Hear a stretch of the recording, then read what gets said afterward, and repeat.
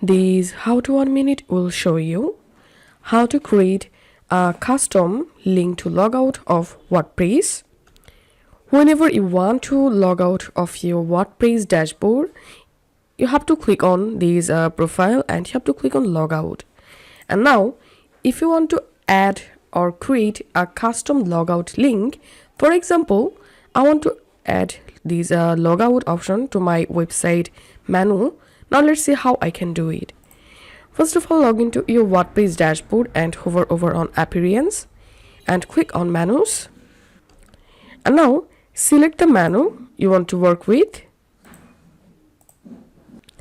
And now click on custom links.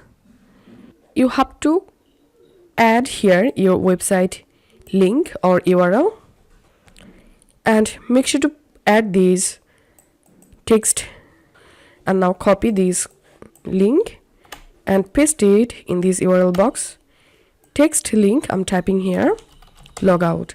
Now add this link to your menu. Once it's added, let's save the menu.